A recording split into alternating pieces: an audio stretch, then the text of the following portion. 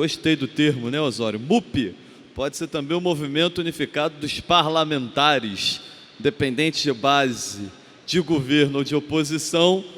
Foi uníssono a fala dos deputados no sentido de contrariedade ao projeto de lei complementar número 18. É o MUP do deputado Luiz Paulo e do parlamento como um todo. Aliás, diga-se de passagem, na semana passada eu dizia que o pé é grande, mas o ouvido é pequeno, né, do nosso governador. Justiça seja feita, seja lá como for, o ouvido se tornou um pouco maior e ouviu as vozes das ruas, as vozes do parlamento, na retirada desse projeto de lei, que de fato tirava muitos direitos, congelando o salário por 10 anos, aumentando a contribuição previdenciária e verdadeiros absurdos na lei de responsabilidade fiscal e, portanto, como disse bem o deputado Luiz Paulo, inconstitucional. Quero também parabenizar nesse dia 8 de março a todas as mulheres. Esse é um dia de reflexão.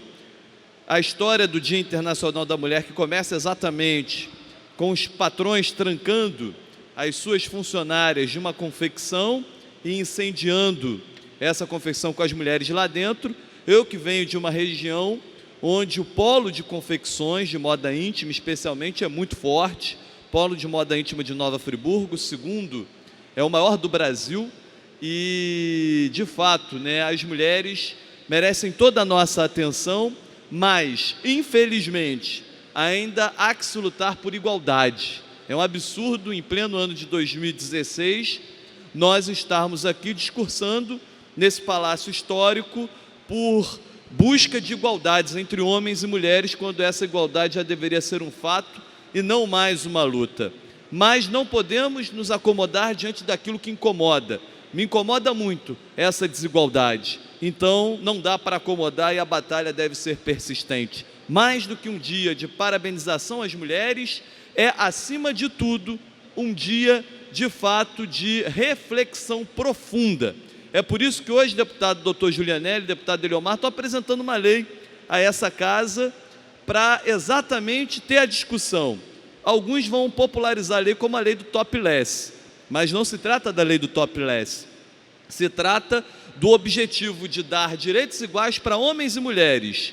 Onde o homem pode ficar com a parte superior descoberta, a mulher também pode. Eu acho que nós temos que ampliar essa discussão, inclusive com os grupos feministas, e nesse sentido buscar exatamente a igualdade. Apresentei essa lei, sei que será provavelmente uma lei polêmica, mas eu não tenho medo de polêmicas e não vou me acomodar diante daquilo que me incomoda e de que incomoda a sociedade como um todo. Dito isso, eu até escrevi um texto que publico no jornal A Voz da Serra de amanhã, jornal da região serrana, e que eu faço uma pergunta: você está preocupado com o quê?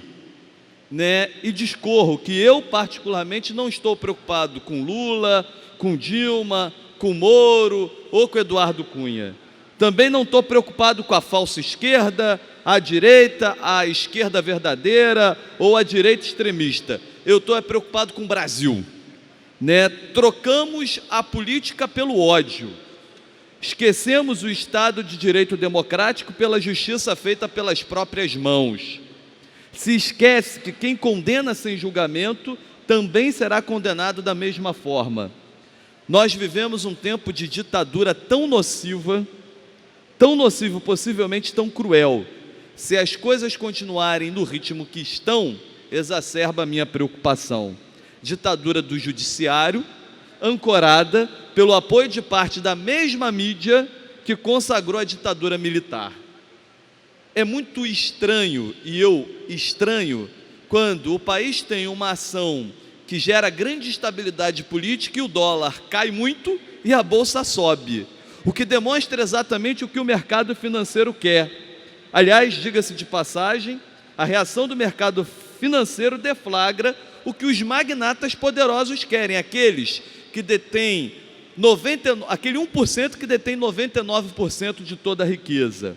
Aliás, verdade ou mentira, o senador Delcídio, na minha opinião, tem a credibilidade de um flamenguista que virou vascaíno e que agora entrega seus parceiros vascaínos à torcida Jovem Flá.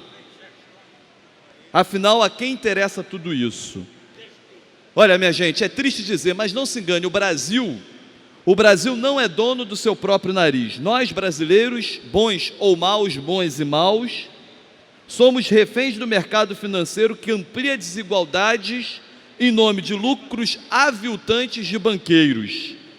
A classe média, a nova e a antiga, acabam por servir a esse 1% que detém todo 99% da riqueza nacional, com discursos fascistas de quem não sabe o que é fascismo, e muito menos quer ser ferido pelo resultado dessas falas. Mas somos o país que lamenta a eliminação de Ana Paula do Big Brother Brasil por ter agredido um companheiro do reality. Fez bem, foi provocada, que injustiça tirarem ela.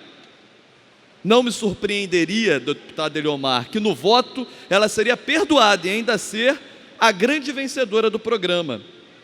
E eu pergunto, quando o Brasil se tornou esse país de agressões gratuitas? Agressões chanceladas por boa parte de cada um de nós.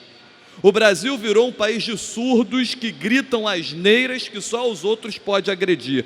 O Brasil está virando terra de filósofos que se autoconsagram com qualquer opinião idiota nas redes sociais. O que os idiotas não sabem é que podem ser publicamente idiotas graças a muita gente da velha e boa esquerda que morreram, ouviram os seus morrerem para que todos tivessem liberdade de se expressar, inclusive os idiotas. O mínimo que se exige, respeito a todas as opiniões, inclusive a dos idiotas. Precisamos de um amplo debate que engrandeça o Brasil como nação, e não desse debate mínimo que se estabelece apenas entre ser PT ou Tucano, ser Lula ou Moro, Bolsonaro ou Jean, Ana Paula ou Renan. Não há herói ou anti-herói quando nós, como povo, somos os vilões. Precisamos de muito mais se quisermos um Brasil diferente do que estamos vivendo e que não repita os erros do passado, que se condene Lula, Dilma, FHC, Moro, quem quer que seja por erro de caráter ou de forma, mas que não nos autocondenemos como nação. Para isso, reflexão, muita reflexão para o rumo das nossas decisões, sem a roupa do moralismo que não se pratica ou da veste ética que não permite enxergar.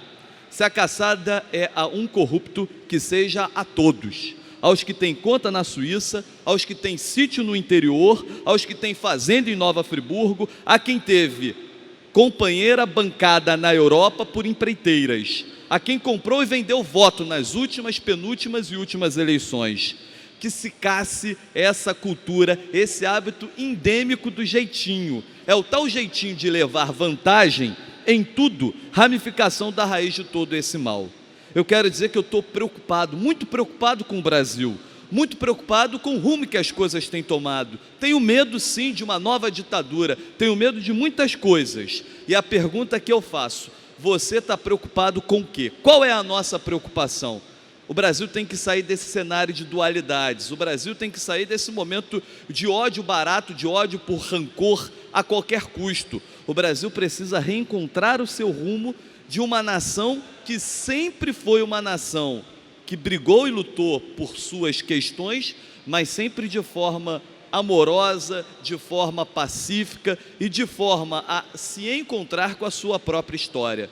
Eu vejo hoje que o Brasil é uma pátria nu e me entristece o que se vê no espelho ou o que quer que se venda do que está no espelho dessa nação. E torço muito para que nós possamos reencontrar o rumo de uma estabilidade política que gere uma estabilidade econômica, sem negar que o Brasil não é dono do seu próprio nariz, infelizmente. Quem manda nesse país, e o Estado do Rio de Janeiro vive isso na pele, é o mercado financeiro, que derruba o barril do petróleo de 120 para 35 dólares, e o resultado é um Estado em profunda crise, que, claro, se planejou muito mal, e quem paga a conta é o servidor público. Isso não é certo e isso não está justo.